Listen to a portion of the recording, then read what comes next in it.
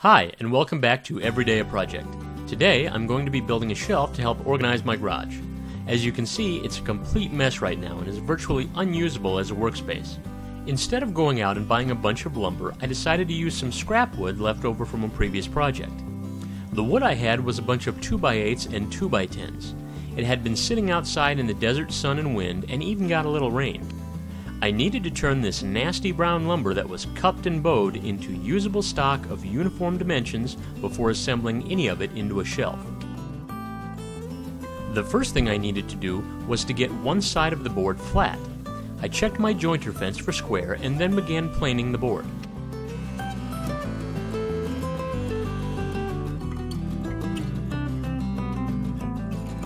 Next, I needed to get the edge of the board to be flat and perfectly perpendicular to the newly flattened face. I ran the edge of the board across the jointer, being careful to keep consistent pressure on the face against the router fence. Looks square enough to me. Now, if you don't have a stationary jointer, you can get the same results with either an electric hand plane, or if you want to go full Neanderthal, you can use an unpowered jointer plane. Now, the unpowered plane is undoubtedly the cheapest and most fun of these tools to use, but it will take some extra time and effort. Also, it's worth noting that framing lumber like Douglas fir and pine can be very difficult to plane with traditional hand tools. They have long, splintery grain and lots of knots. One of these days I'm going to build in some dust collection to the shop, but until then I just have to vacuum up every once in a while. Now that one face was flat, I needed to make the opposite face flat and parallel to the first face. I ran the board through my planer to get it to the thickness I wanted and to ensure that both faces of the board were parallel. Now that I had three sides squared and flattened on the board, I needed to do the fourth side. I marked off the width I wanted the board to be and ran my flattened edge along the table saw fence to rip the board to size. With the fence left in the same place, it was easy to make all the other boards the exact same width by simply running them down the table saw the same way.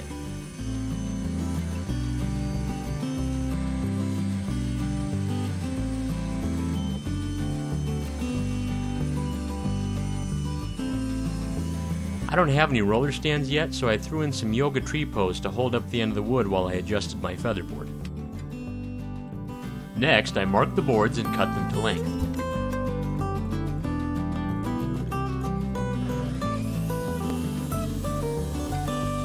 Before marking the position for the stretchers, I used one of my storage bins to make sure that the shelf would fit it. Now I needed to make some cross pieces that would connect the front and the back halves of my shelf together. Again, I measured and marked what I needed and ran it over the jointer, down the table saw, and through the planer.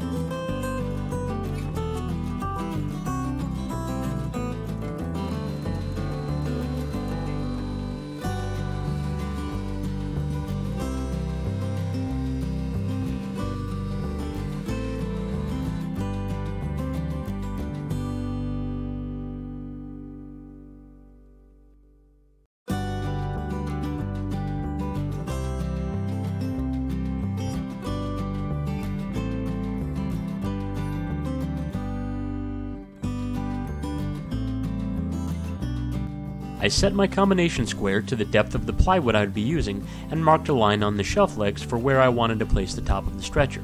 That way, the top of the legs would match the top of the shelf. I put in one screw on the top of the stretcher. Once both sides were attached, I would square them to each other and then put in the final screws. Now I needed to mark out where my other legs were going to attach to the top stretcher.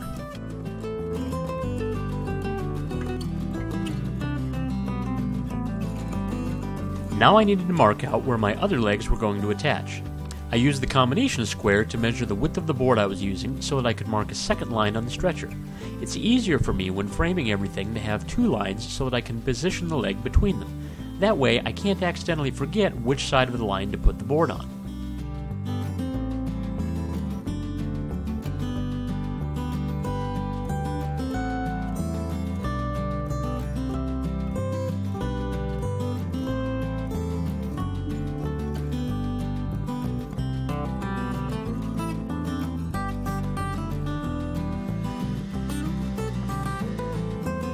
After attaching the first screw, I always check for square before putting in the second one.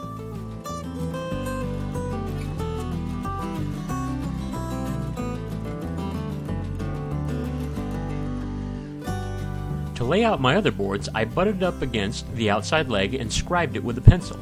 That way, even if my measurements didn't exactly match my plans, the board would at least match what I built.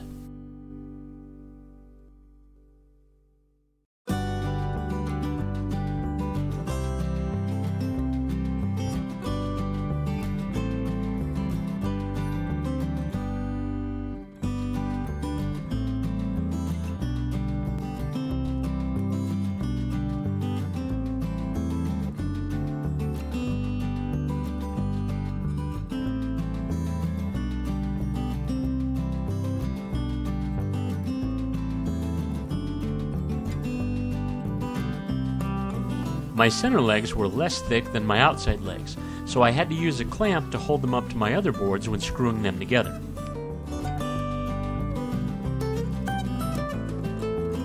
Some of the scrap wood was so warped that had I planed it all perfect, there wouldn't have been much wood left. So where the boards didn't line up exactly, I used some ratcheting tie-down straps to pull them straight before putting in my screws.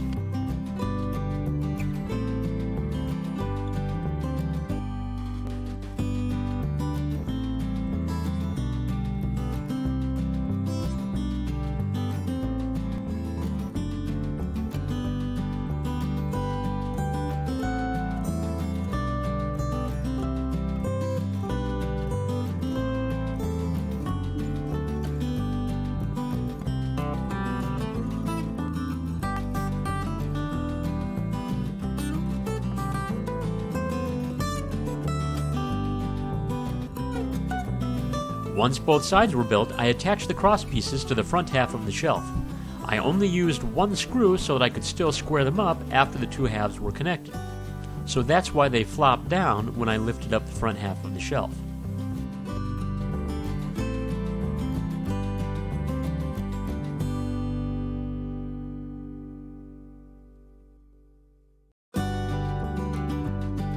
I used some clamps to hold the sides upright while I screwed them together.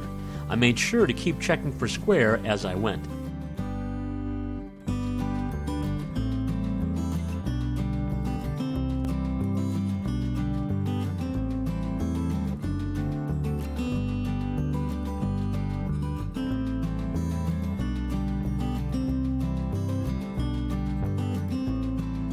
I decided to add some cross pieces in the center of the shelf for some extra strength. There's nothing worse than a shelf that sags in the middle.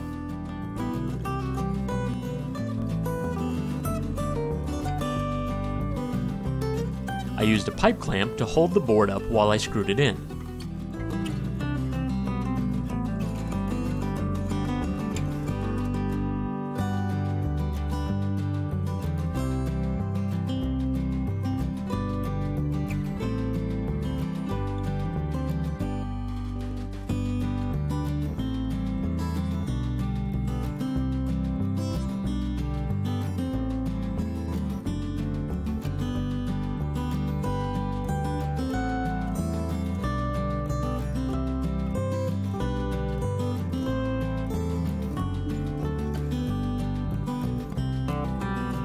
My drill has a keyed chuck, and I didn't want to deal with changing bits over and over, so I used my old egg beater drill for the pilot holes.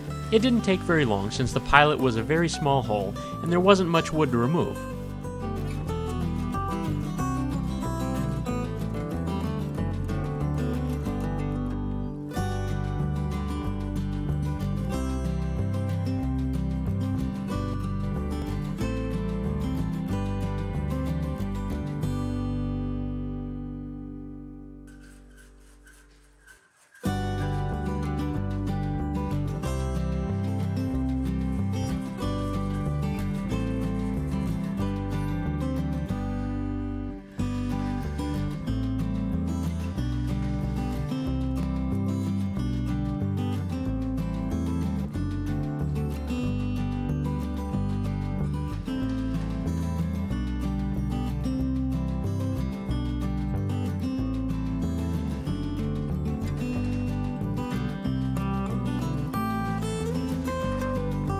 Next, I needed to rip my plywood sheets to the right width for the shelves. I used a framing square to mark the correct depth at a few spots on the sheet, and then I used a straight edge to connect those marks.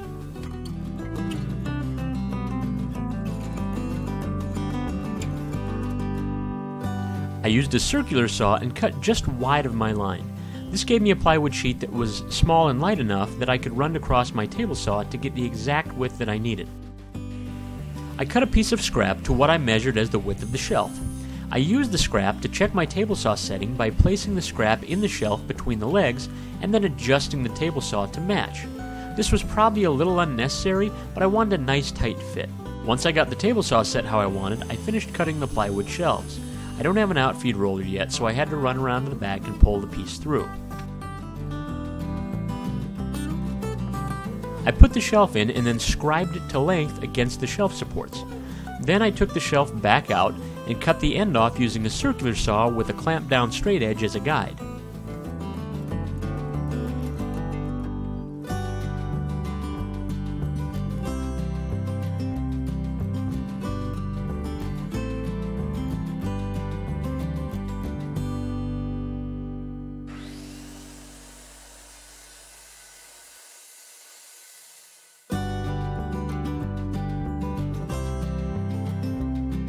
I bought a new tool just in time for the last part of the job.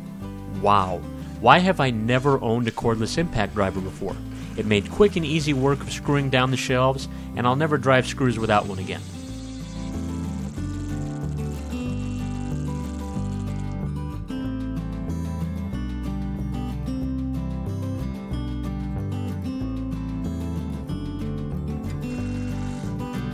The plywood I had was a bit bowed, so I used clamps to pull it down the shelf stretchers to make it easier to drive all the screws in.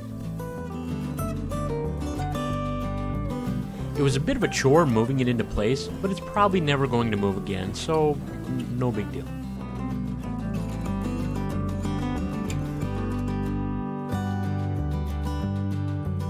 Man, it felt good to see my garage getting reclaimed. I didn't organize everything yet, but at least it's up off the ground and I can use my garage again. This shelf has made a massive difference in the feeling of my workspace. It's really a pleasant place to be now.